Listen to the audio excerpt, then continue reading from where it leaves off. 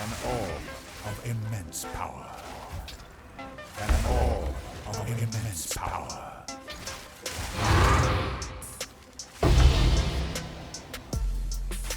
An orb of immense power. An orb of immense power. An orb of immense. An orb of immense power. An orb of immense power. An orb of immense power. An orb of immense power.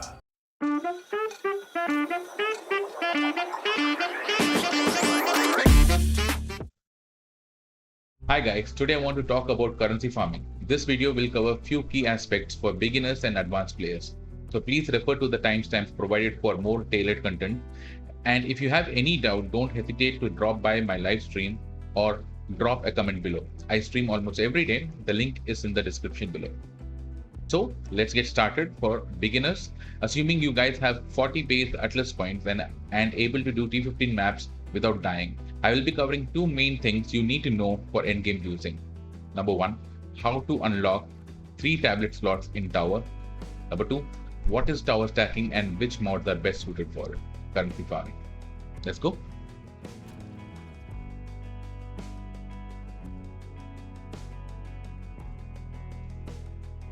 How to always unlock 3 tablet slot in your tower. That requires you finishing a map with either 1 modifier in it or 3 modifier in it, which will give you 2 tablet slot, or 6 modifiers in it to unlock all the 3 slots. But doing a 6 modded for tier 15 might be a bit risky. So what I do is I run a tier 1 map that has 6 mods, and yes, it does give me those 3 tablet slots. This way I can reliably always have 3 tablet slots unlocked and not die while unlocking them.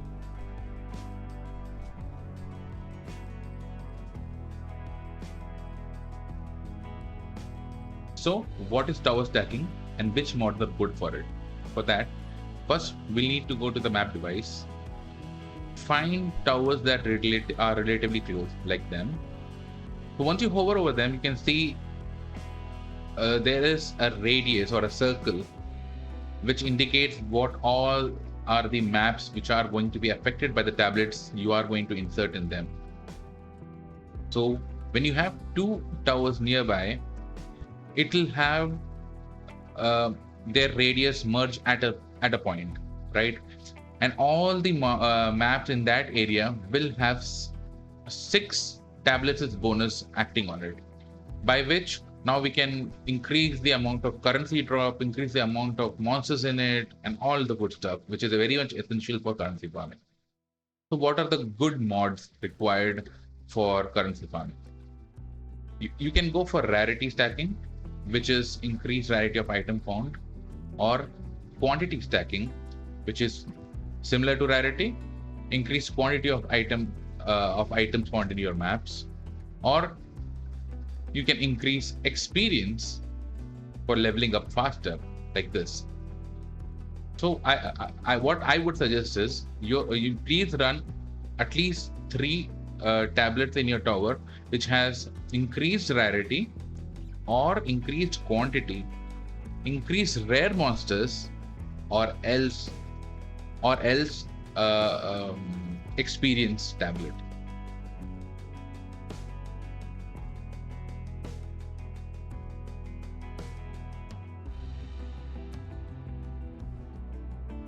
So for advanced players, I will be covering 2 main things you should be doing for endgame juice. Number 1, investing into your maps. Number 2, investing on rarity gear.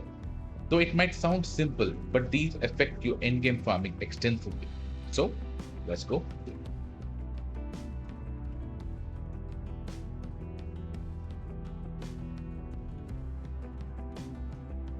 So investing into the maps. When you speak about investing into the map, these investments are not only going to increase the ceiling of difficulty of the map, but also rewards from it. So you can use few special omens. These omens will ensure you have higher upside and minimum downside on your maps, which will ensure you finish your map and get the loot from it without breaking it. What I use are Sinistral Coronation and Sinistral Alchemy. It comes down to personal preference actually, but one is cheaper than the other, right? So I mostly use these, which is when you have this active, Regal Orb will only add a prefix, and the prefix are the good modifiers, right? And suffix are the bad modifier. So, and with the Sinistral Alchemy, you're just going to convert the white map directly to a rare map, but it will have most of the it will have 3 prefixes filled, and not sure how many suffixes will be added. So this is a bit of a gamble. You might have multiple downsides. In this, you will have only one downside. So I prefer this over this, but let's see the outcome. I'm going to roll it in front of you. So this and this. Okay, so I rolled a rare monster prefix, which is very good, and this is going to poison on hit. It's kind of a okay thing. So I'm going to just do this. I got 2 prefixes and 1 bad side. This is good. Now I'm going to use an alchemy on a white map. Let's see what we get. We got only 1 downside, which is good. Okay, so I'm not sure if it's always 1 downside or the other way around, but then this is more expensive. This Sinistral Alchemy costed me 4 Exalt per try, and an Alchemy Orb. This costed me 1 Exalt. So you can be the judge. This has 3 mods. In this, you have 2 mods. That's the only difference. Next, I do use this Omen to safeguard my experience in case I die, right? This is totally personal preference. If you don't want it, you don't care much about your experience, you need not even use it. Okay, right. So now let's move on to the other part of investing into the map. These are essentially the delirium orbs from POE 1. So this distilled emotions, you can add particular effect onto your map. So this one increases the pack size. This one increases the rarity. And this one increases the number of rare monsters. So based on how many delirium orbs you're going to use, or installation orbs you're going to use, or distilled emotions you're going to use, it's going to add, multiple layers of delirium, right? Now currently at 31% delirious, right? So it is advised to use all 3, but the same of the kind. So if you're going to use 3 of the guilt, it's going to have increased number of pack size. If you're going to use 3 of the greed, it's going to have increased rarity. And if you're going to use for the rare monsters, it's this. But if you like to run rare monsters, increase number of rare monsters, I like to run it along with Distilled Fear. Mind it, Distilled Fear is currently going for 17 Exalt. So each map's running cost bumps up to so much, nearing to 20 Exalt. So if you don't get 20 Exalt from your map, you are in the loss or losing side. So take this with a grain of salt. Maybe this is not good in this time or this league because it's so expensive, and maybe there are not many people farming Mirror of Delirium. So because of that, the supply and demand issue. Either way, this is actually good. If you have 2 of these, this is going to have 30% increased rare monsters, and with that, it is going to have rare monsters have 25% chance to have additional modifier. We all know additional modifier equals to more loot. So it comes down to what you can afford and what you are able to do, right?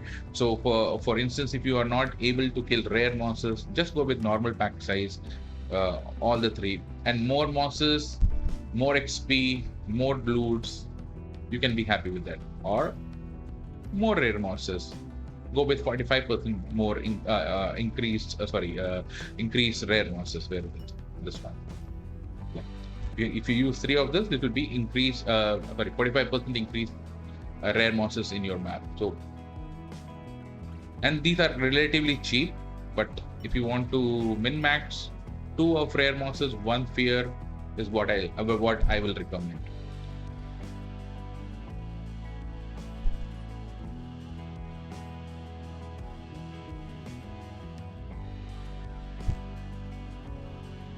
As we move further and further into Endgame, you want to try to squeeze as much as you can from the monsters, and that's where Rarity gear comes in.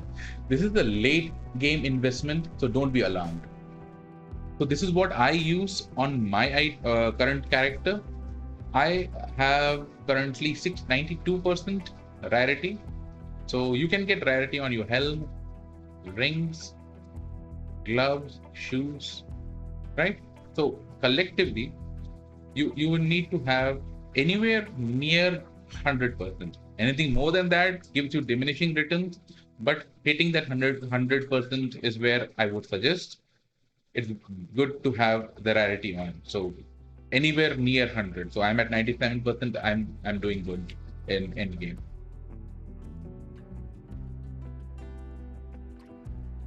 Okay, guys, this is all I have for currency farming. I hope this was helpful. And in case you are wondering, this is my Atlas passive. You can copy it as it is or make any changes as you want. This is what I have invested in. I might be getting ritual later, but these passives are doing good for me in endgame. With that being said, if you have any doubt, let me know in comment, or you can always drop by my stream. With that, see you guys later. Bye bye.